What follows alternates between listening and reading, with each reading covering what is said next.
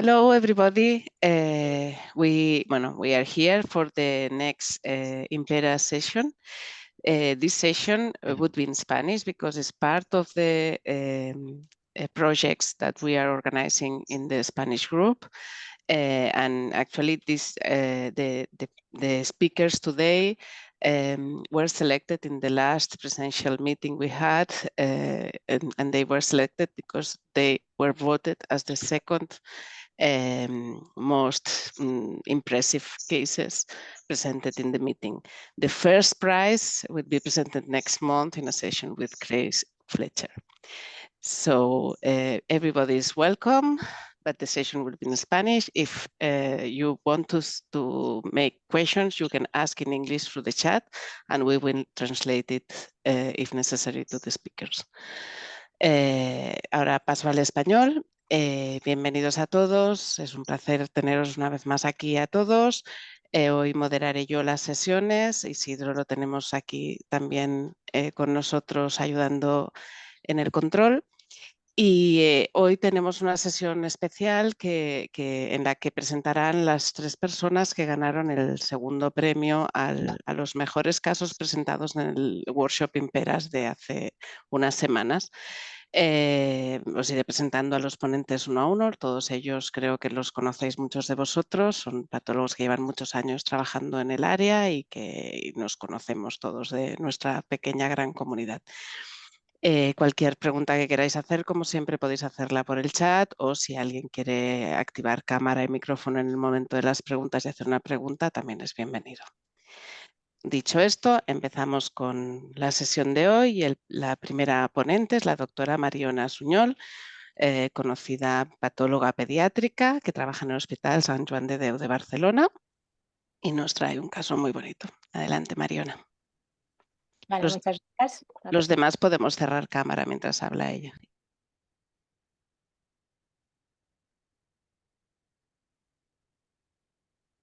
¿La veis? Sí, perfecto. Uy, perdón. Fin de presentación. He empezado por el final. Vale. Bueno, pues voy a presentaros un caso de tumor de partes blandas en el pie. La historia clínica es un varón de 15 años que no tenía antecedentes personales ni familiares de interés y que tenía una clínica ya de 8 meses de evolución, o sea, de larga evolución, con un leve dolor en el pie, pero que no le causaba grandes molestias. Estaba en la zona del talón del pie y no refería a otra sintomatología, ni pérdida de peso, ni anorexia, ni fiebre. Se realizaron estudios radiológicos en los que se objetivan en la resonancia del pie una alteración de la señal a nivel del calcáneo con una extensa reacción a partes blandas. Englobaba músculos de los dedos, englobaba la fascia plantar, englobaba el tejido subcutáneo, pero no infiltraba exactamente la epidermis. La dermis sí, pero la epidermis no. Entonces se realizó el TAC también y en el TAC lo que podíamos observar es una lesión que rompe la cortical claramente y que era una lesión lítica, pero que llamaba la atención que se extendía mucho a partes blandas. Como estamos en un hospital pediátrico, estamos acostumbrados a tener niños con sarcomas de Ewing en los huesos, que se extienden a partes blandas. Es verdad que en este caso se extendía mucho a partes blandas, pero la primera opción diagnóstica a partir de los radiólogos era de sarcoma de Ewing. Ay, perdón. Es que va un poco lento. Vale. Entonces aquí os enseño los trucuts del hueso porque nos mandaron trucuts de hueso y trucuts de partes blandas. Las partes blandas mayoritariamente identificábamos una lesión tumoral necrótica, como esto que se ve aquí, y lo que se identificaba más claramente eran los trucuts que nos mandaron de hueso, que era una infiltración masiva o bastante extensa de la parte intramedular del hueso. Entonces esto es a mayor aumento, que vemos que este hueso está extensamente infiltrado, hay otras zonas en las que se ve una infiltración mínima y hay estas zonas de partes blandas que, como os he dicho, que mayoritariamente en la zona de partes blandas se encontraba el tumor necrótico, por lo tanto no se identificaba bien y lo teníamos que valorar sobre todo en la porción del hueso. Como vemos, pues es un tumor que ya nos cuadraba porque nos orientaban como un sarcoma de Ewing, pues por tanto nos cuadraba un tumor de célula pequeña, indiferenciada, que se dispone difusamente y que va infiltrando tanto las partes blandas como el hueso. Aquí vemos otra vez otra muestra de la lesión de partes blandas, que vemos que en la periferia mayoritariamente está necrótico, pero que se identifican pues esto, células pequeñas, indiferenciadas, redonditas, hay alguna un poquito más grande, pero que en general nosotros lo clasificábamos en primer lugar como un tumor de célula pequeña redonda. Entonces, bueno, hicimos el diagnóstico diferencial con los tumores de célula pequeña, ¿no? En primer lugar, pues claro, el primero que nos habían orientado es el sarcoma de Ewing, que nos esperaríamos esto, un CD99 difuso de membrana y con con una translocación del sarcoma de Ewing, las típicas de esta familia. Otros tumores que podríamos encontrarlos en la zona de partes blandas o hueso es sarcoma de células redondas con otras fusiones de Ewing, no las típicas del sarcoma de Ewing. Sarcomas con reordenamientos de Zig, sarcomas con alteración de Vicore, sarcoma mesenquimal y otros tumores también metastásicos, ya que estamos en niños, pues también nos podríamos encontrar con un neuroblastoma, con una metástasis de un neuroblastoma, también con rhabdomyosarcoma, sarcomas sinoviales, etc. Entonces, estas son las inmunohistoquímicas que nos esperábamos encontrar, pero en primer lugar, pues claro, dado que la orientación diagnóstica era de sarcoma de Ewing, pues lo primero que nos esperábamos es el CD99 de membrana, difuso y tal. Y bueno, es lo primero que nos llamó la atención, que no nos gustaba demasiado porque era un parcheado citoplasmático, con lo cual lo pongo en la columna de negativos. Luego la citocreatina fue negativa, el EMA nos encontramos un EMA focal y débil, hicimos desmina negativa, actina, FOX2B para el neuroblastoma, ALK, WT1, Vicor, BCL6 y sinaptofisina, y todas estas nos salieron negativas, excepto de esta focalidad por EMA y de este parcheado citoplasmático de CD99. Entonces, ¿cuáles nos salían positivas? Pues bueno, como estamos empeñados en lo del sarcoma de Ewing, pues pongo en la columna de positivos CD99 débil citoplasmático, aunque no nos gustaba por el tipo de tumor, ¿no? Y ni uno nos expresaba, había retención, EMA focal, y bueno, como habíamos extendido un poco el panel de inmuno, hicimos también ese 100 y ese 100 nos salió positivo. Y aquí pues es donde empezamos a ver que había algo un poquito raro, ¿no? Esta es la imagen de las inmunohistoquímicas, el CD99, como veis, no es el típico que nos gustaría ver de un sarcoma de Ewing, veis que es citoplasmático, que es como focal, bueno, ahora aquí he puesto una fotografía así como muy, muy centrada en la zona positiva, pero era focal y claramente es citoplasmático y no se ve el refuerzo de membrana. Luego el EVA, aunque sí que os he dicho que es como focal, pero bueno, había como 4 célulillas por allí positivas.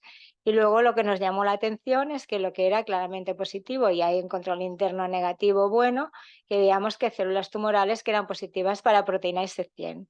Y ahí, pues claro, nos planteamos un poco, claro, al mismo tiempo hicimos el FISH del sarcoma de Ewing, ya que íbamos tan encaminados, y vimos que sí que había reordenamiento de sarcoma de Ewing, ¿no? Porque había señales separadas claramente, con lo cual decimos que hay una translocación del gen del sarcoma de Ewing. Con lo cual ahí nos presentábamos con un tumor que nos parecía que tenía que ser un sarcoma de Ewing, pero había cosas que no nos cuadraban del todo, sobre todo que la CD99 era citoplasmático y sobre todo que el S100 nos sobraba, ¿no? Entonces volvimos a remirarnos la biopsia con un poco más de detenimiento, ¿no? No con aquello tan rápido de decir, va, será un sarcoma de Ewing. Entonces, al mirarnos más de cerca la lesión, nos dimos cuenta de que había algunas zonas que, bueno, que la célula no era tan pequeña e indiferenciada y que si nos fijamos bien, que ya sé que cuesta un poco a lo mejor, pero que hay zonas que parece que hace como un nido, ¿no? Como un nido sólido y que parece que la célula es como un poquito más grande. Y si lo vemos a mayor aumento, este nido que os acabo de señalar, que es este de aquí o este de aquí, vemos que hay unas células que realmente el citoplasma es un poquito más amplio, eosinófilo, alguno un poquito más blanco, pero es verdad que el sarcoma de Ewing a veces también hace estas cosas de que las células se separan una de la otra, o sea, que no están tan encima de la otra. Y bueno, en un primer momento es lo que nos pensamos, pero revalorando el hecho de que había un S100 positivo, pues dijimos, ostras, pues aquí hay unas células que parece que son un poco epitelioides, ¿no? Y bueno, entonces nos planteamos el diagnóstico diferencial de tumores indiferenciados o lo que sea, pero que veamos que tiene una morfología epitelioide. Entonces nos planteamos pues todos estos, ¿no? El melanoma, que a ver, curiosamente también es ese 100 positivo, luego el MPNST de tipo epitelioide, luego otros tipos de sarcomas que sean de morfología epitelioide, como sarcoma alveolar de partes blandas, el sarcoma epitelioide, sarcoma de células claras de partes blandas, becomas, carcinomas. Y bueno, dentro de ellos, el único que nos cuadraba exactamente con los resultados que nosotros habíamos obtenido hasta ahora era que era un tumor con morfología que en algún punto lo podíamos llamar epitelioide y que tenía positividad para la proteína S100 y que tenía un reordenamiento, que era un reordenamiento con el gen del sarcoma de Ewing, ¿no? Entonces, bueno, fuimos a ver si realmente estábamos en este punto, ¿no? Volvemos a revisar, el CD99 era como débil citoplasmático, el INI1 estaba expresado en lema focal, es el 100 positivo, hicimos la estonatrimetilada por si era un MPNST y hicimos marcadores de diferenciación melanocítica como HB95 y melana que realmente nos salieron positivos. Entonces, aquí vemos unas imágenes histológicas de la proteína S100, del SOX10 y del melaná o HMB45, no me acuerdo cuál es este que está aquí arriba. Y bueno, esto nos cuadraba perfectamente con un sarcoma de células claras. Hicimos el estudio molecular y nos dio que tenía el tumor tenía una fusión del gen del EWSR1 con ATF1, tipo 1, con el exón 8 del EWSR1 y el exón 4 de ATF1. Por lo tanto, lo pudimos dar pues claramente como un sarcoma de células claras de partes blandas. Bueno, entonces, ¿qué es el sarcoma de células claras de partes blandas? Como resumen, es un tumor maligno que se da principalmente en las extremidades. El pie precisamente es una de las zonas más frecuentemente que afecta a este tumor. Se da en pacientes jóvenes y característicamente se describe como nidos de células epitelioides, que esto ya veremos. Entonces, inmunohistoquímicamente, pues son tumores que expresan S100, SOX10, melana y HMB45, o sea, marcadores de diferenciación melanocítica. Y desde el punto de vista molecular se han identificado estas dos fusiones, que mayoritariamente es con ATF1, pero que también hay un porcentaje pequeño que es con CREP1. Vale, es un tumor maligno que tiene altas tasas de recurrencias. El tratamiento claramente es la extirpación completa, pero si la extirpación es muy justa, pues es un tumor que suele tener alta tasa de recurrencia y puede dar metástasis a largo plazo y con bastantes años de diferencia, metástasis ganglionares o a pulmón generalmente. ¿Cuáles son los criterios que nos pueden dar como mal pronóstico de este tumor? Pues que tenga un tamaño superior a 5 centímetros, que tenga zonas de necrosis, que tenga afectación ganglionar y evidentemente que vaya dando recurrencias. Entonces es un tumor que claramente tiene peor pronóstico. Bueno, en nuestro caso, pues se realizó la amputación del tumor, que como veis aquí, es un tumor que afectaba la zona del calcáneo y que se extendía a partes blandas. Aquí quizá no se ve muy bien, pero aquí lo veis perfectamente, que es un tumor que afecta a partes blandas, que llega hasta la piel, hasta la dermis prácticamente, que afecta el tejido subcutáneo, que afecta la fascia y que se extendía por el músculo y que llegaba incluso hasta la zona de los dedos. Y que claramente afectaba el calcáneo y lo infiltraba y lo destruía. Aquí hay otra imagen que vemos que es un tumor que es sólido, blanquecino, que está en relación con la aponerosis y con los tendones y que puede infiltrar claramente el hueso también y destruir parte del hueso. Vale, bueno, y entonces, ¿cómo se describe histológicamente? Porque claro, histológicamente se describe mayoritariamente como un tumor de células claras y tal. Bueno, el patrón histológico más clásico es un patrón en nidos, como esto que vemos aquí. Esto es un nido sólido de células tumorales, también en forma de un poco pseudoalveolar, en forma a veces de fondo mixoide y a veces de forma neuroendocrino-like. La morfología del patrón. ¿Y cómo son las células? Pues las células son mayoritariamente epitelioides, pero también pueden ser células de aspecto fusiforme, tienen un núcleo redondeado con un nucleolo muy aparente, mayoritariamente, y tienen un citoplasma eosinofílico. Más que claro, que lo que llamaríamos célula clara sería aquellos tumores que tienen un citoplasma claramente transparente, mayoritariamente tienen un citoplasma eosinofílico. Y todo ser un tumor maligno, y un maligno es un tumor que cuesta de encontrar las figuras de mitosis. Es aquellos casos que dices, bueno, esto tiene que estar lleno de mitosis y tal, pues no, pues la verdad que para encontrar una mitosis pues cuesta un poco. Luego, pues puede tener zonas necróticas, como era nuestro caso, había algunas zonas necróticas, y en un tercio o algo así por ciento de los casos, pues tiene pigmento melánico, pero sí que es verdad que cuesta un poco de encontrar el pigmento melánico. En nuestro caso no lo encontramos, la verdad. Y a pesar de que puede infiltrar hasta la dermis, no tiene afectación de la epidermis. Entonces, aquí, como os explico, pues puede tener otras morfologías, como os he dicho antes, el patrón de este tumor, ¿no?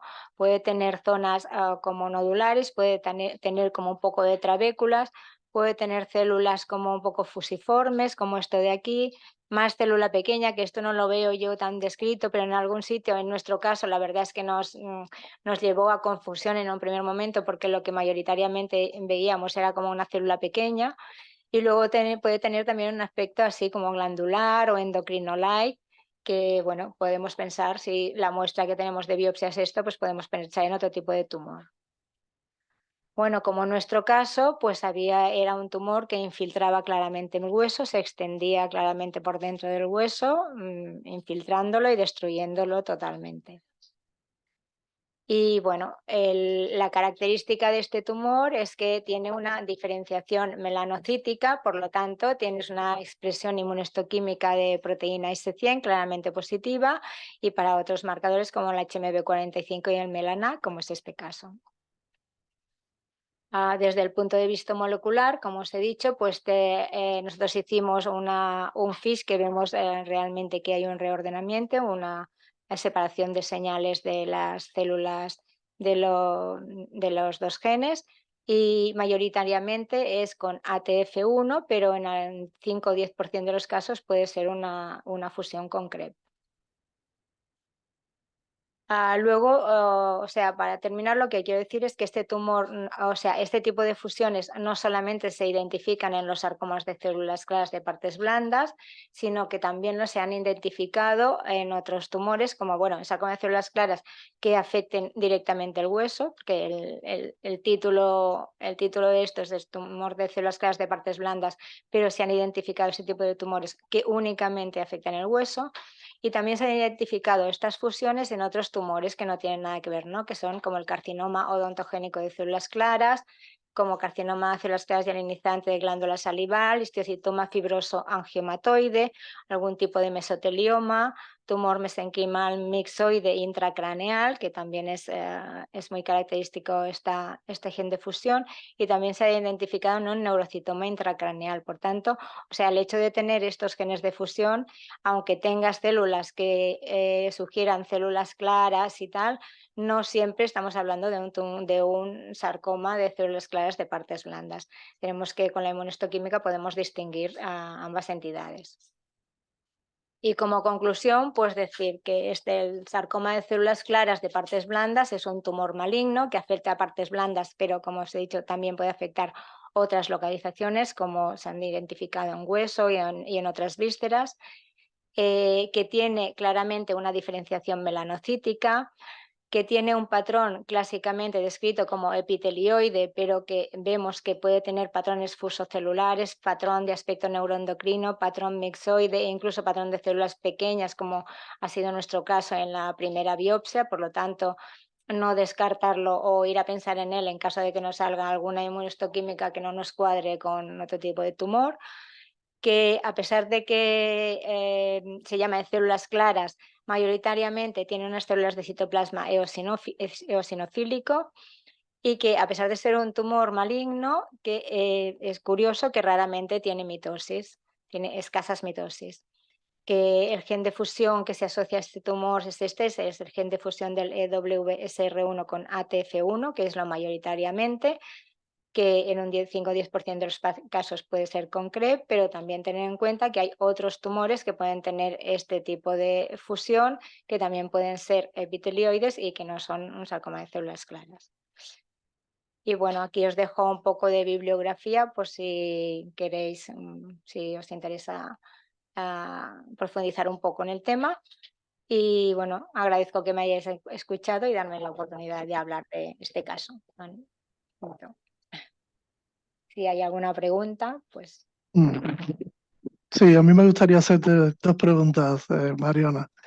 A ver, creo que uno de los problemas actuales más importantes es sarcoma de células claras versus melanoma, sobre todo cuando no existe una técnica molecular que soporte el diagnóstico de sarcoma de células claras o cuando hay un antecedente de un paciente con melanoma y tiene una neoplasia secundaria. Mi pregunta es, eh, tu caso, que expresa ese 100 marcadores melánicos sin duda, ¿tú crees que con el EWS hubiera sido suficiente ya para diagnosticar sarcoma de células claras y no hubiera sido imprescindible hacer lo otro? Pues se supone que el melanoma no debe tener reordenamiento del EWS. Esa es la primera pregunta. Y la segunda, el PRAME, que ahora está muy de moda por ahí con los melanomas y todo eso. ¿Te podría ayudar en el diagnóstico diferencial si no tuvieras biología molecular? Vale, yo en el primer caso yo creo que, claro, como los melanomas, muchos expresan BRAF, ¿no? En este caso también se hizo estudio de BRAF y fue negativo. Yo creo que entre el hecho de que tengas una FISH de sarcoma de Ewing reordenado, y yo creo que en este punto ya podríamos descartar de que se trate de un melanoma, ¿no? Yo creo que en este punto sí. Lo que pasa que, claro, hoy en día mayoritariamente pues tendemos a buscar el molecular completo, ¿no? Como para acabar de cercionar qué es el tumor que es, pero yo creo que sí que lo podríamos diferenciar con eso porque no tendría por qué, ¿no? Un melanoma. Mm. Sí, por eso te lo preguntaba, porque si, por ejemplo, si el diagnóstico diferencial fuera con miopitelioma, o sea, un S100 positivo, y eso, ahí sí yo le veo sentido buscar el gen de fusión, pero si ya está claro que tiene un FISH positivo para WS y Sí, sí. expresa marcadores Sí, pero No, melánicos, de hecho, nosotros sí, es nosotros mi pregunta. Con el FISH ya nos dimos por satisfechos por darlo como positivo para Eh, ser células claras. Lo que pasa Eso. es que, bueno, también luego ampliamos el estudio nos gusta catalogarlo más para tenerlo más catalogado, pero con el FISH para nosotros estaba suficiente, sí, en este yo, caso.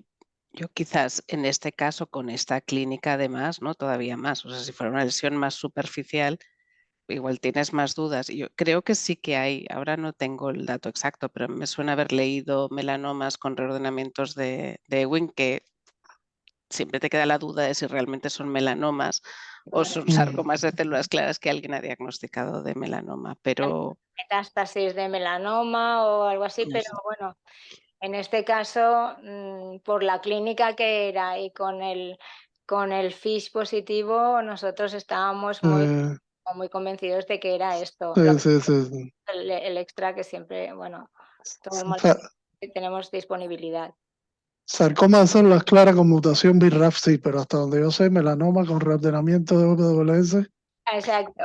Hace unos años no yo lo había leído conozco. algo seguro, segurísimo. Lo Mm, que no sé si con los años se han mm, tirado atrás, pero Claro, a lo mejor es en estos casos que mm, describen, a veces se describe un caso que sí, a posteriori se ha visto que en realidad era otra cosa, ¿no? Yo sí, para... no, son cosas de estas que tienes que poner un poco entre comillas, ¿no? Sí. mm.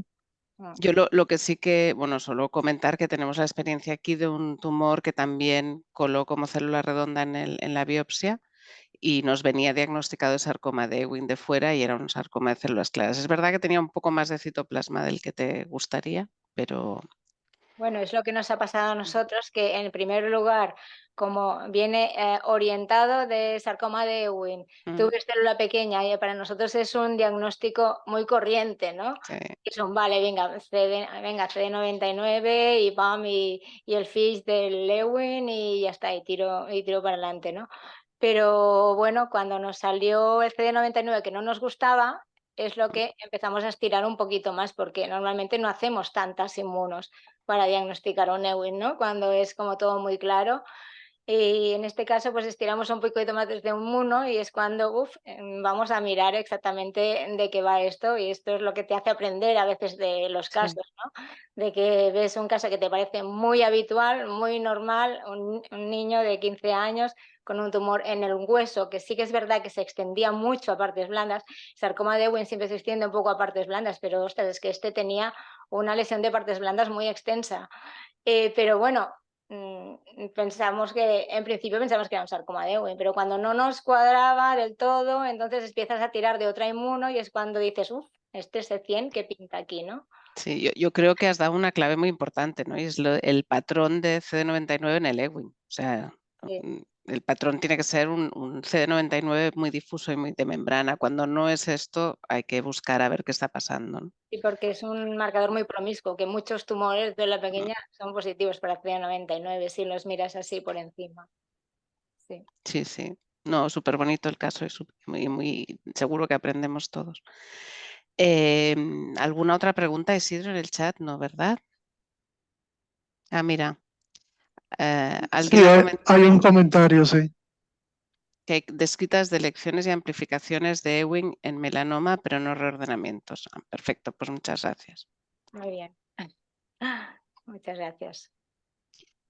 Pues si os parece, podemos pasar al siguiente ponente, que es Francisco Izquierdo, que es un patólogo especializado en partes blandas y hueso en el Centro Hospitalario Universitario Hospitalario de León, y que nos trae otro caso súper interesante. Francisco o Paco directamente ya para todo el mundo. ¿Sí? Sí, vamos a ver. ¿Veis la pantalla? Todavía no.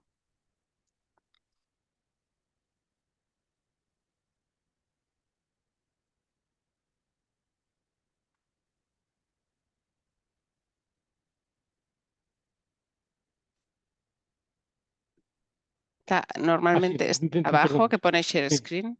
sí, vamos a ver. Vale. Se ve ahora, ¿verdad? Ahora sí, perfecto. Bueno, pues buenas tardes. Muchas gracias a los organizadores por invitarme a presentar este caso que presenté ya hace 3 semanas, como decía antes la doctora Romagosa. Y también muchas gracias por todas estas actividades que organizáis, que llevan mucho tiempo y son muy útiles para todos. El caso que presento yo nos lo mandó en consulta el doctor Jesús Pinto del Hospital de Zamora y se trata de una tumoración cervical derecha en un varón de 58 años que afecta principalmente al músculo esternocleidomastoideo próximo a la inserción en la clavícula. Macroscópicamente y en la radiología tenía un diámetro máximo de 5 centímetros y presentaba una coloración parda con un aspecto translúcido. Esta es la imagen de la resonancia en la que se ve la tumoración hiperintensa en T2. La vemos aquí en la porción más inferior del músculo esternocleidomastoideo próximo a la inserción en la clavícula, y en T1 tenía una densidad parecida al músculo adyacente, con lo cual los radiólogos comentaban que si podía tratarse a lo mejor de una tumoración de estirpe muscular. Estaba bien delimitado en muchas zonas, pero en otras no tenía tan buena delimitación, con lo cual sospechaban que pudiera tratarse de un sarcoma de bajo grado. Esta es un pequeño aumento de la tumoración en la que vemos que existen áreas de diferente densidad y tinción celular. Vemos aquí el músculo atrapado, claramente infiltrado. Aquí en la periferia vemos músculo, pero en otras zonas estaba mejor delimitado, aunque nunca encapsulado. Había zonas de diferente morfología. En algunas, como esta, vemos que son células ovoides, prácticamente sin atipia o con una atipia muy escasa, que se disponen sobre un fondo mixoide, y llama la atención la presencia de estos vasos finos y frecuentemente dicotomizados. Aquí un poco a más aumento, viendo lo mismo, el fondo mixoide, los vasos y la celularidad con escasa atipia. También en zonas se veían estos acúmulos de material mixoide, que eran bien basófilos o eosinófilos, con la típica morfología que se describe de tipo linfangioma o de tipo edema pulmonar. En cambio, en otras zonas, aunque se mantenía esta celularidad de fondo con poca tipia, ya empezaban a aparecer células gigantes multinucleadas, pleomórficas y algunas de ellas multivaculadas. Y en otras zonas, en cambio, además, teníamos estas células pleomórficas con mucha mayor densidad de fondo y compuesto por células realmente atípicas y con mayor polimorfía que la que veníamos inicialmente. En algunas áreas también se podía distinguir una cierta delimitación entre las zonas más mixoides, las zonas mixoides con estas células pleomórficas y otras zonas aquí a la derecha más, con células más atípicas y con más densidad celular de fondo. En todas las zonas, en grados variables, se veía claramente diferenciación lipomatosa con adipocitos uni o binucleados o bivaculados en la mayoría. También en estas zonas pleomórficas se veía en diferente grado de extensión esta diferenciación lipomatosa con células gigantes multivaculadas. Y aquí tenemos una imagen en la cual vemos claramente la infiltración amplia y la disección de la tumoración tanto de los fascículos musculares como de los miocitos individuales en algunas zonas. Incluso en las áreas donde las células parecían un aspecto menos atípico, también claramente se teñían con Ki67, de manera que aproximadamente entre el 35 y el 40% de los núcleos marcaban como en división celular. El CD99 presentaba algo de distinción de fondo, una distinción de en células aisladas, débil, y era más intenso en las células grandes con un patrón de membrana. Sí que era más intenso el CD34, sobre todo en las células grandes, aunque también había células que eran claramente negativas. Y con el CD10 ocurría algo parecido a CD99. Las células de fondo se tenían algo, pero eran sobre todo en las células de gran tamaño. Y esta es una tabla con los resultados positivos que ya hemos comentado, y era negativo para MDM2, CDK4, marcadores neurosustentaculares, CD68, marcadores musculares, MUC4, STAT6 y beta-catenina. Realizamos el FIS y tanto el WSR1 como el FUS no presentaron alteraciones. Así que en base a estos hallazgos morfológicos nos hacíamos el planteamiento de una tumoración sarcomatosa de estirpe liposarcomatosa de estirpe adiposa, en la que se veían áreas de tipo misoide y otras áreas más pleomórficas e indiferenciadas. En primer lugar, comparado con el liposarcoma misoide, aunque esto no es algo realmente muy importante, pero la localización que es claramente diferente al caso que tenemos nosotros. Los lipoblastos son también normalmente más pequeños, uni o bivaculados, y no suele haber células pleomórficas o células multinucleadas como veíamos aquí, sino que las áreas de alto grado, si las tiene, son la típica imagen de células redondas, del liposarcoma de células redondas. Y tienen estas fusiones específicas que nosotros las descartamos con el estudio de FIS. Por otra parte, el tumor lipomatoso atípico de células fusiformes y pleomórficas también es una tumoración que tiene los márgenes más delimitados, está encapsulado y no tiene buen límite celular, buen límite tumoral, pero normalmente no tiene una infiltración tan amplia e intensa como en nuestro caso. También la localización es predominantemente en extremidades y sobre todo en las partes sacras de las extremidades. La atipia no suele ser tan intensa como el caso en el que tenemos, aunque es verdad que se pueden ver células fusiformes, lipoblastos, células pleomórficas y células multinucleadas, y también en grado variable se observa en el fondo acompañante colágeno o matriz extracelular mixoide. El liposarcoma pleomorfo también es más frecuente en las extremidades. Los márgenes son infiltrativos como nuestra tumoración. También tiene lipoblastos pleomórficos con un background de alto grado, como se veían en algunas áreas de nuestro caso. Y las áreas mixoides, cuando las tiene, que puede tenerlas, son más bien de tipo mixofibrosarcoma más que de tipo liposarcoma mixoide, como era nuestro caso. Y luego, desde el punto de vista genético, pues no tiene alteraciones demasiado específicas, pero sí que tiene variaciones importantes en el número de cromosomas, tanto pérdidas como ganancias. Y entonces, en base a esto, pues hicimos un diagnóstico de liposarcoma mixoide pleomórfico en un paciente que normalmente no corresponde con la edad, como veremos después, ni con la localización típica de esta neoplasia. Esta tumoración fue descrita en el año 2009 en este trabajo del grupo de la doctora Sharon Weiss y de Andrew Folpe, en el cual estudiaban 82 casos de liposarcomas en pacientes menores de 22 años, y de estos casos encontraban en 12 que mezclaban áreas de liposarcoma pleomórfico con áreas de liposarcoma mixoide y le dieron el nombre de liposarcoma mixoide pleomórfico. De estos 12 casos, tenían seguimiento en 8 y tenían muy mal pronóstico, tenían seguimiento en 10 y tenían muy mal pronóstico, de forma que de los 10, 7 habían muerto de la enfermedad y 1 estaba vivo con la enfermedad. La localización más típica de estos tumores, en concreto en 5 de los 12 casos, es el mediastino, que en principio no es una localización muy frecuente en los liposarcomas y también se encontraba en otras áreas, y en el estudio molecular que hicieron, ni las alteraciones del liposarcoma mixoide ni de MDM2 estaban presentes.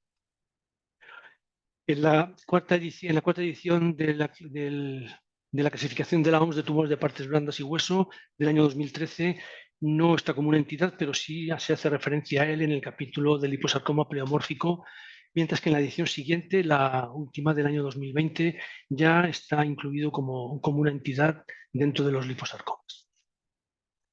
Esto es un resumen un poco de las alteraciones moleculares en los liposarcomas. Está lo que habíamos comentado del liposarcoma mixoide, y tanto el liposarcoma pleomórfico como el liposarcoma mixoide pleomórfico suelen tener alteraciones numéricas complejas y aberraciones de numerosos cromosomas, y en los dos se ve delección o inactivación del RB1, con pérdida del estudio inmunohistoquímico de RB1, que yo no tengo ese anticuerpo y no lo hice en este caso. En este artículo del año 2021, también del grupo del doctor Folpe, hacen estudio de genético y epigenético e inmunohistoquímico a 12 casos y encuentran lo mismo, que tienen estas pérdidas cromosómicas que son muy superponibles a los del liposarcoma pleomórfico, pero a pesar de todo dicen que, dadas las características distintivas clínicas, que dicen que eso soporta el hecho de que sea una entidad aparte. Aquí vemos en la gráfica las ganancias y las pérdidas cromosómicas frecuentes. Y en este estudio del metiloma vemos que los liposarcomas mixoides tienen un clúster de metiloma aparte del liposarcoma pleomórfico y del liposarcoma mixoide pleomórfico, que tienen un clúster común en cuanto a la metilación. Este otro artículo del año siguiente, desde el año 2022, en este caso del grupo de la doctora Cristina Antonescu, tanto los liposarcomas mixoides pleomórficos como los liposarcomas pleomórficos tienen en este oncopolot hallazgos muy parecidos, mientras que son muy diferentes de los liposarcomas mixoides, tanto de alto grado como de bajo grado. En el estudio molecular que hicieron, en los 8 casos que estudian de liposarcomas mixoides pleomórficos, lo que sí que encuentran es que todos ellos tienen mutación o delección de la P53, de manera que todos son positivos para P53. También desde el punto de vista clínico, el liposarcoma mixoide pleomórfico, tanto desde el punto de vista de la supervivencia global como de la supervivencia libre de enfermedad, es con diferencia que tiene peor pronóstico. El liposarcoma pleomórfico intermedio y el liposarcoma mixoide, sea de alto grado o de bajo grado, un pronóstico mejor. De manera que el liposarcoma mixoide pleomórfico, desde el punto de vista clínico, es bastante peor de pronóstico. Aquí es una revisión de los casos que estaban descritos, y en total existen 39 casos, de manera que de los 39 casos, una mayoría, 22, están en el mediastino, y cabeza y cuello es la segunda localización más frecuente, junto con el muslo. De estos 39 casos, en 35 tenían seguimiento, y de los 35, 26 estaban muertos por la enfermedad, 6 estaban vivos con enfermedad, y en 3, es decir, un 10%, estaban vivos sin enfermedad.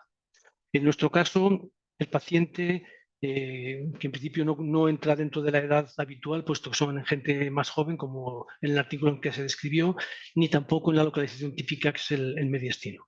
Nuestro paciente, 8 meses después de la resección, en el último TAC que se hizo 8 meses después, no hay signos de momento de recidiva.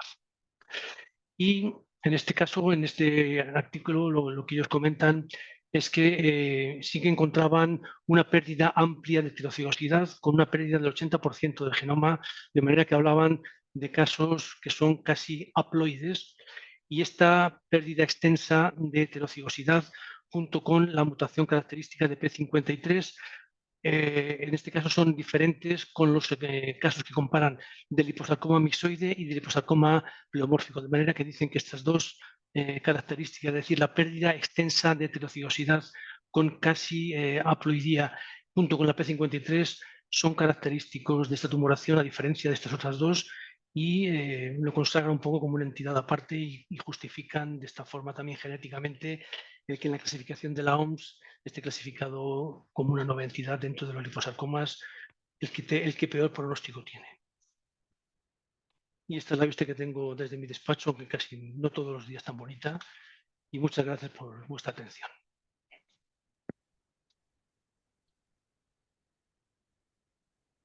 Muchísimas gracias. La verdad es que ha sido un caso precioso y uno de esos casos en los que la morfología manda, ¿no? O sea, podías haberte encontrado algo a nivel molecular o inmunohistoquímico, pero la verdad es un diagnóstico muy morfológico el de este tumor y muy bonito. No sé si hay alguna pregunta.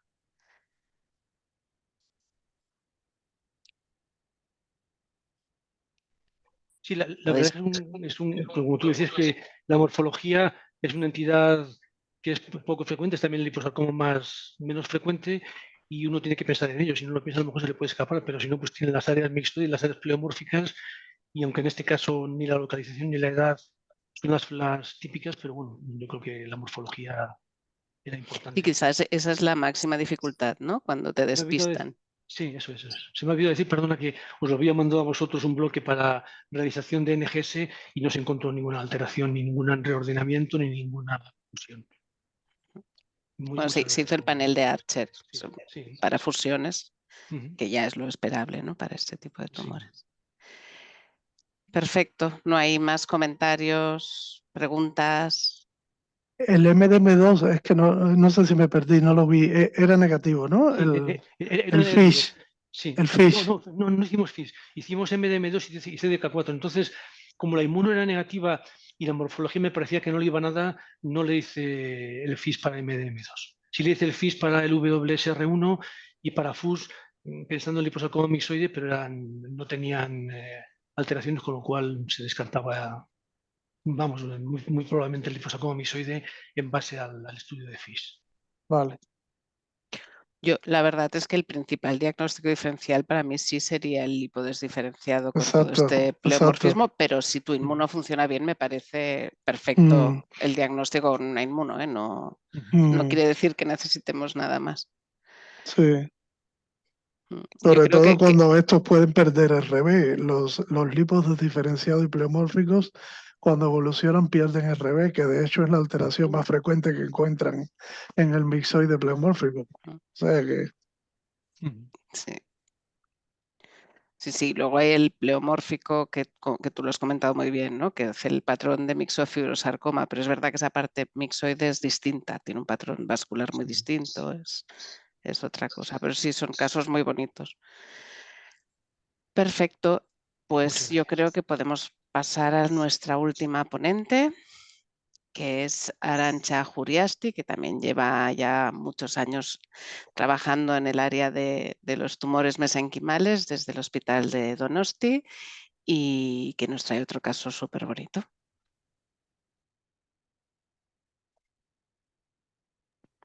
Todo tuyo, Arantxa. Sí, estoy en ello.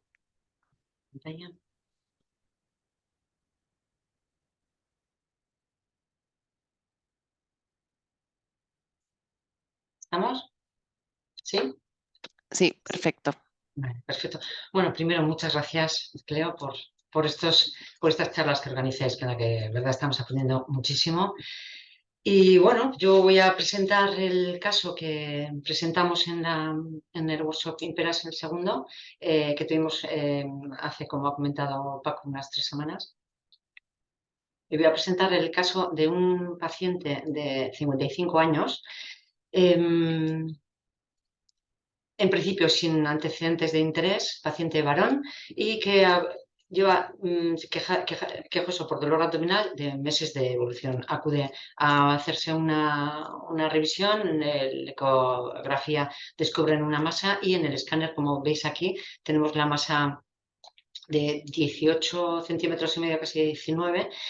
Los radiólogos comentan ampliamente necrosada y una masa que está en riñón izquierdo, según dicen ellos. No tienen muy claro ante la pregunta si es tejido adiposo. Al final, bueno, pues parece que es riñón. No toca la arteria y la vena renales y tiene este paciente metástasis pulmonares. Adenopatía patológica en tronco celíaco, pero les llama la atención las múltiples metástasis pulmonares. Los urólogos plantean una resección del tumor primario ante el cuadro clínico que presenta, pero el paciente al final rechaza la cirugía y es candidato a quimioterapia paliativa. Esto es en mayo y el paciente está en su domicilio ahora con cuidados paliativos.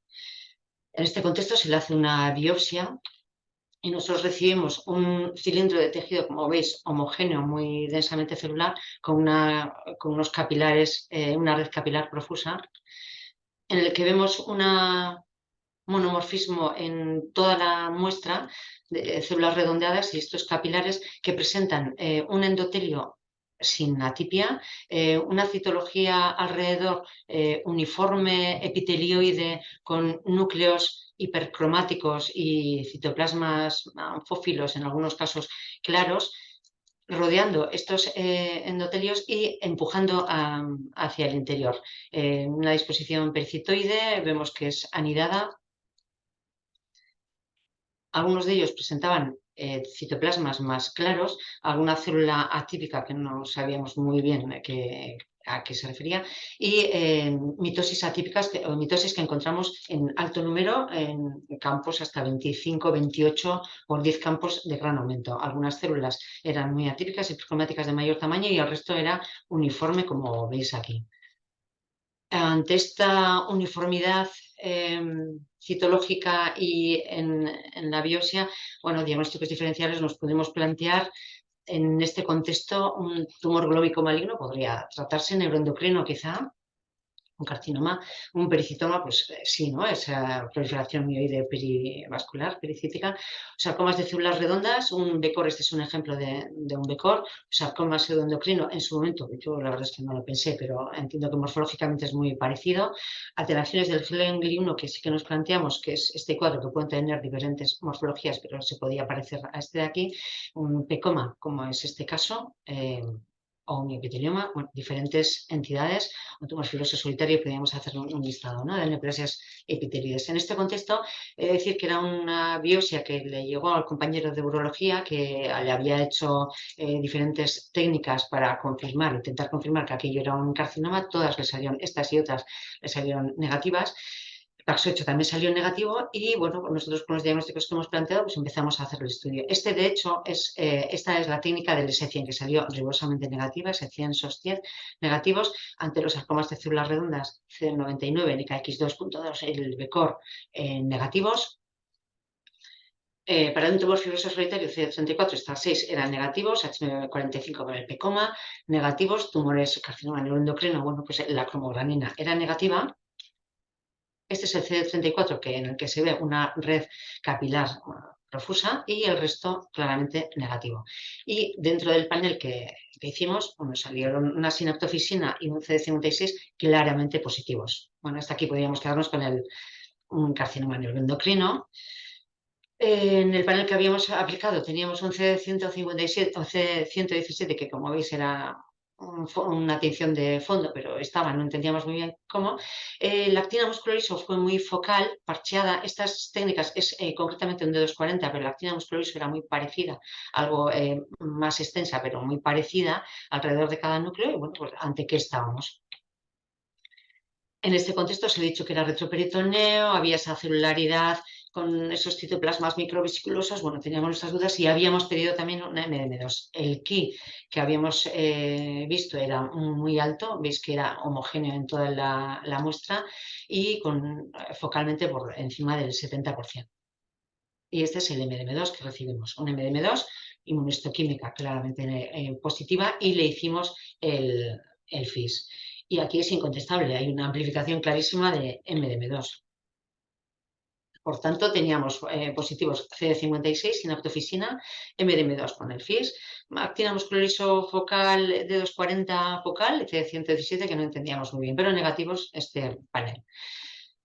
En este contexto, con esta morfología y esta inmunistoquímica, a propósito de un caso que habíamos tenido un año anterior que se parecía a algo, bueno, pues nos planteamos nosotros entre nuestros diagnósticos que pudiéramos estar entre unas alteraciones del gen GLI1. Se parecía a esta morfología.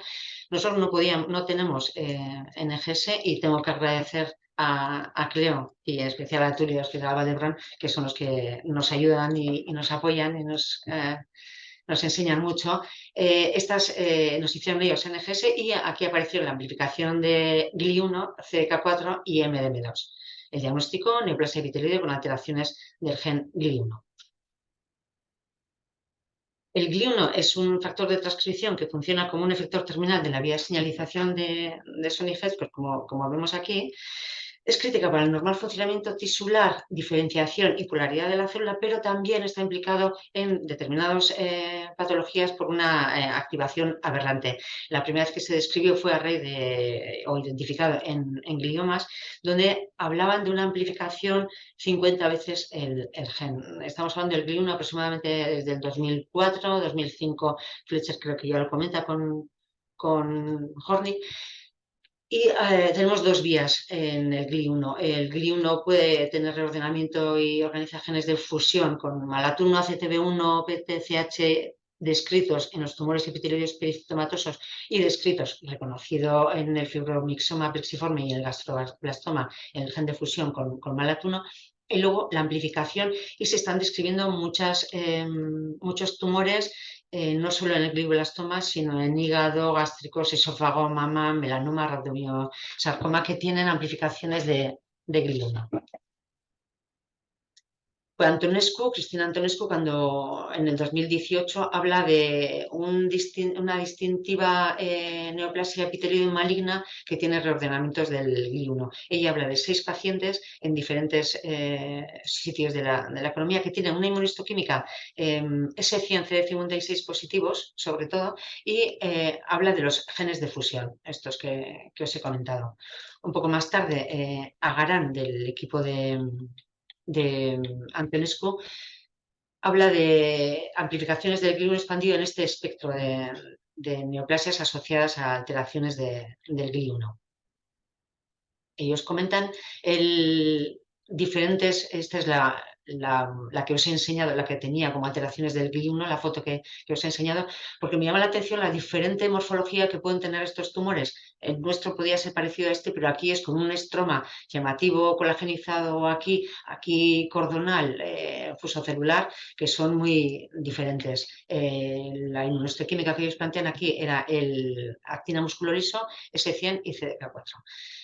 Diferentes sitios también del organismo, y ellos hacen un estudio de la diferencia que puede haber entre ellos desde un índice mitótico muy bajo a índice mitótico muy alto con estas amplificaciones de GLI1, CDK4 y MDM2. Entendido en este contexto de DIT3, entendido en el contexto que en el cromosoma 12 están muy próximos, tanto MDM2, CDK4, junto al GLI1, y estas 6 también en muy proximidad, que se puede expresar en estas entidades también.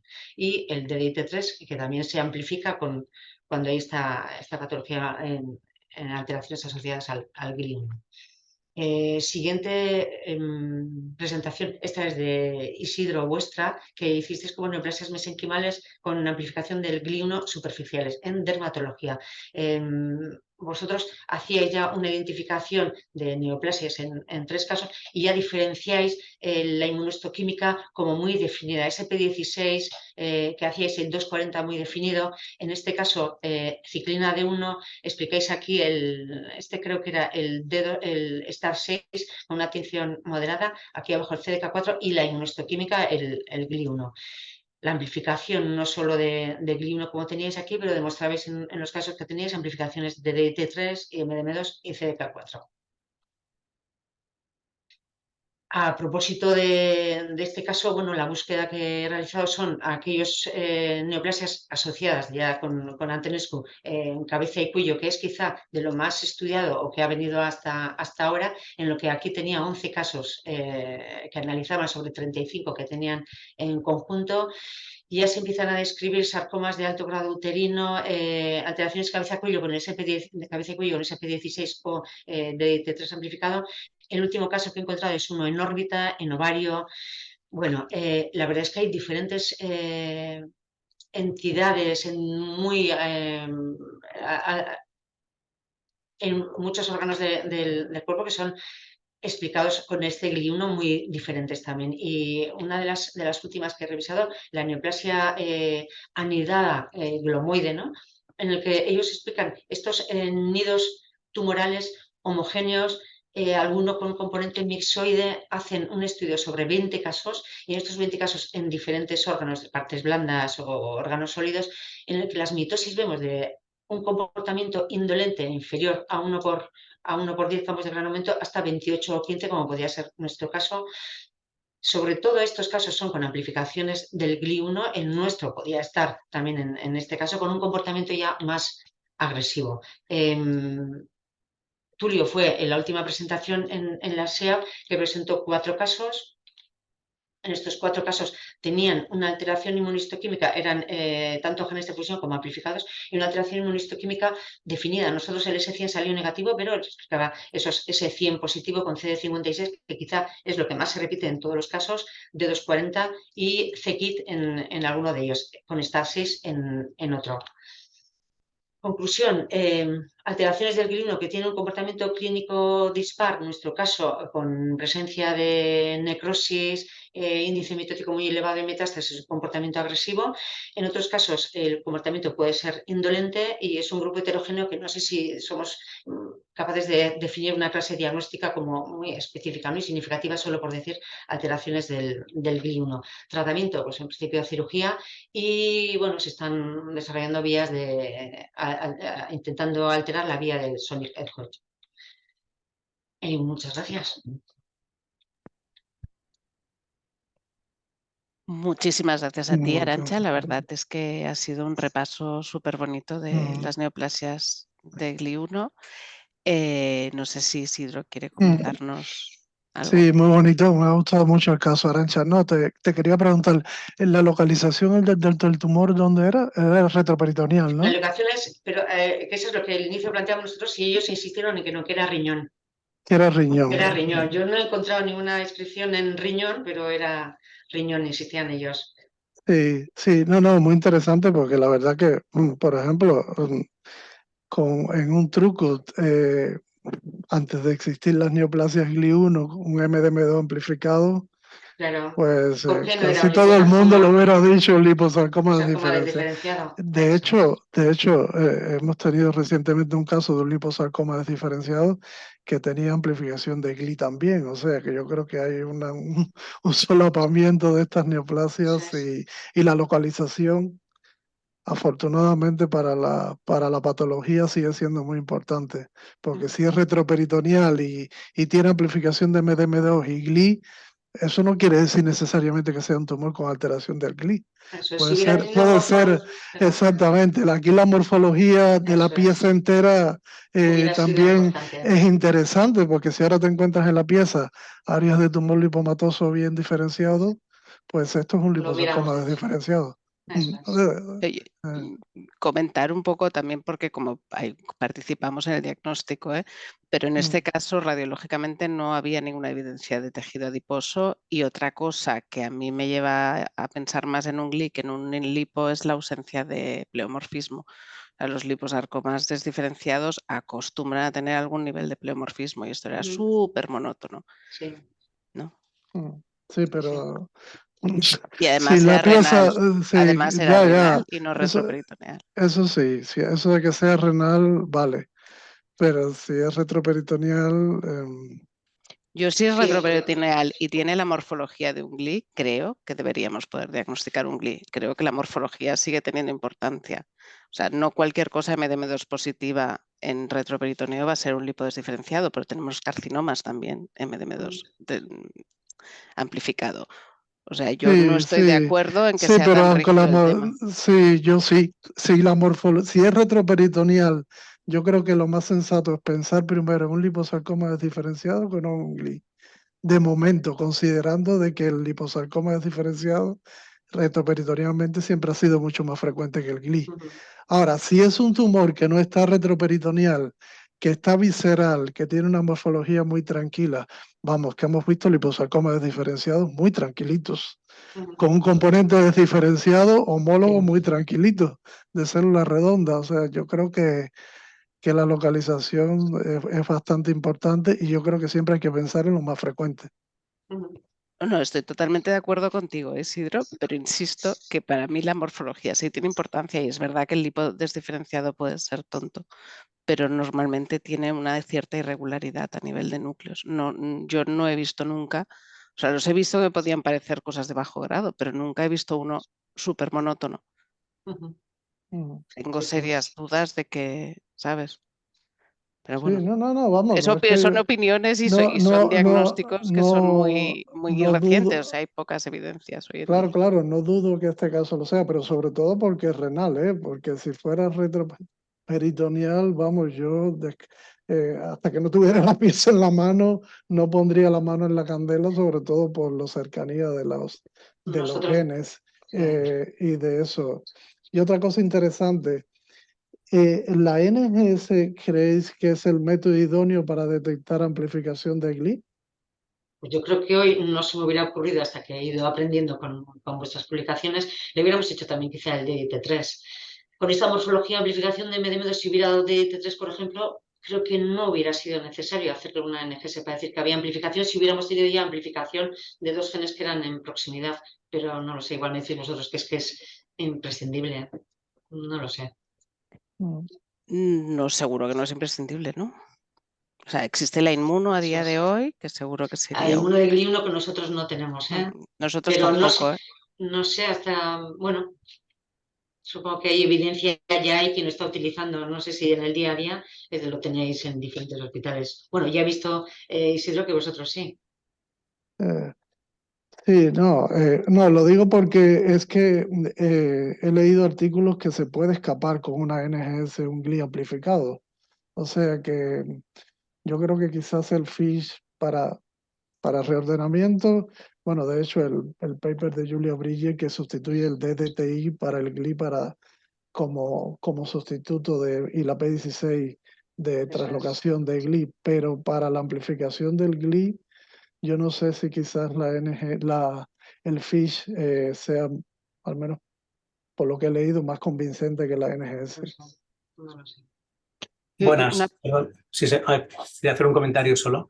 Sí. Bueno, primero de todo, felicitarte, Arantxa, por el caso, ha sido muy bonito. Y además, gracias por la bibliografía que nos has aportado. Y bueno, solo comentar como un pensamiento al aire, ¿no? No sé si me da la impresión de que esos tumores GLI1, como bien has comentado, tienen morfologías distintas y cursos clínicos muy distintos. Entonces, realmente, aunque hoy en día le llamamos así tumores con reordenamiento de GLI, me planteo si en realidad no es una sola entidad, sino en realidad son varias entidades que tienen en común amplificar o reordenar el GLI1, ¿no? Es como si hubiéramos empezado por el final y hubiéramos descubierto la alteración molecular en tumores distintos, ¿no? Me planteo el símil con el EWSR1. Si ahora tuviéramos una entidad que se llama, en el capítulo de la OMS, tumores con alteraciones de EWSR1 y como una entidad, pues ahora retrospectivamente diríamos no puede ser, si son tumores muy distintos, con comportamientos absolutamente distintos, ¿no? Me planteo si no hemos empezado por detrás, al revés, con los GLI1, y estamos ante muchos tumores distintos, unos benignos, otros malignos, que comparten alteraciones moleculares en GLI1, ¿no? En realidad no es una entidad, es solo un pensamiento al aire. No, puede ser, ¿eh? Como podría pasar con los ENTRAD, perdona, como podría pasar con los ENTRAD, ¿no? Bueno, perdona, puede ser. Yo creo que muy significativo es la última publicación, una de las últimas publicaciones de Fletcher, hablando de la neoplasia glomoide anidada. Ellos se plantean, en ese artículo hablan de los diagnósticos diferenciales que han ido planteando diferentes patólogos, desde Lewin, tumores dilómicos, paraganglioma, sarcoma sinovial, diferentes tumores. Y hablan que algunos tienen un comportamiento indolente que quizá había que poner como un capítulo aparte, ¿no? Las neoplasias glomoides anidadas indolentes, que quizá no ya pensar que puedan ser sarcomas, ¿no? Yo no tengo experiencia, nosotros hemos visto Yo- 2 casos y no más. Yo estoy de acuerdo con lo que ha dicho Xavi. Lo que pasa es que en general, por lo menos los que he visto yo, entrarían dentro de lo que describe Fletcher, ¿no? Con un aspecto pues, que puede hacerte pensar en pericitoide, una celulita epitelioide no muy grande. O sea, en realidad tienen unas características morfológicas en común, y yo lo que pensaría es que estamos ante lesiones de distinto grado de malignidad, ¿no? A lo mejor hay unas que son muy benignas, pero otras, pues como un GIST o ¿no? Que tienes un El mismo espectro espectro. de, no sé, o sea, no tengo ninguna Bueno, creo que el futuro nos lo evidencia dirá, sobre ¿no? esto, El pero futuro nos lo dirá. Pero yo me gusta hacer el símil con el EWSR1, ¿no? Es que ahora nadie pensaría que el Ewing es igual que un isticema fibroso angiomatoide, ¿no? pero morfológicamente ya no lo Pero, es, bueno, ¿no? ya. Pero En bueno, este caso yo creo que también he sí que hablamos enseñado, de un contexto sí, pero morfológico. también he enseñado Arantxa algunas imágenes un poco distintas. Sí que todos tienen un aspecto epitelioide o célula así redondita, pero también algunos un pelín distintos. O sea, bueno, Sí, a mí también me llama mucho eso porque justamente una de las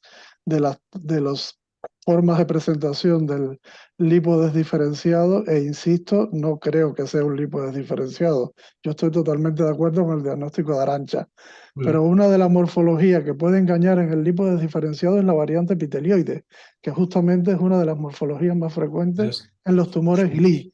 Por lo tanto, cuidado con esto. O sea, sí, o de células redondas. sí, Yo exacto. recientemente he visto un Sí, liposarcoma desdiferenciado, sobre todo sí, porque tenía áreas de liposarcoma bien diferenciado en la periferia.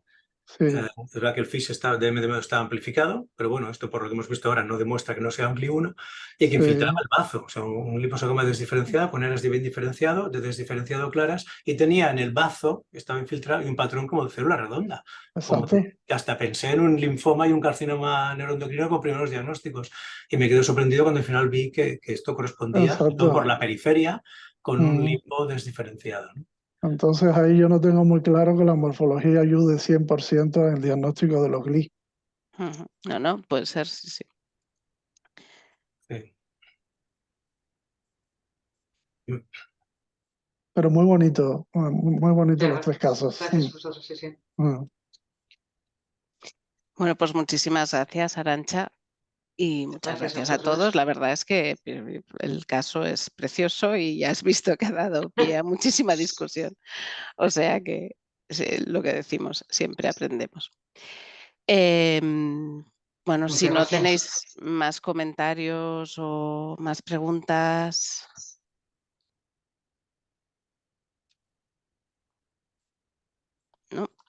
No tenemos más dudas sobre las neoplasias GLI, que están pendientes de confirmar si existen o no. Bueno, pues muchísimas gracias a todos. Ha sido un placer compartir esta sesión con vosotros. Creo que hemos tenido... Ay, mira, sí que hay una pregunta de Heidi de México. Ahí, aquí. Heidi pregunta que cómo unirse a Emperas.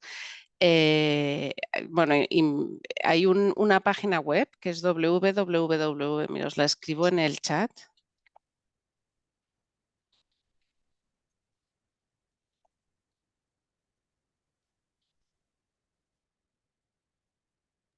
www.proyectoimperas.com es la web del proyecto. Aquí os tendríais que registrar si queréis tener acceso a toda la información, la parte docente del proyecto Imperas.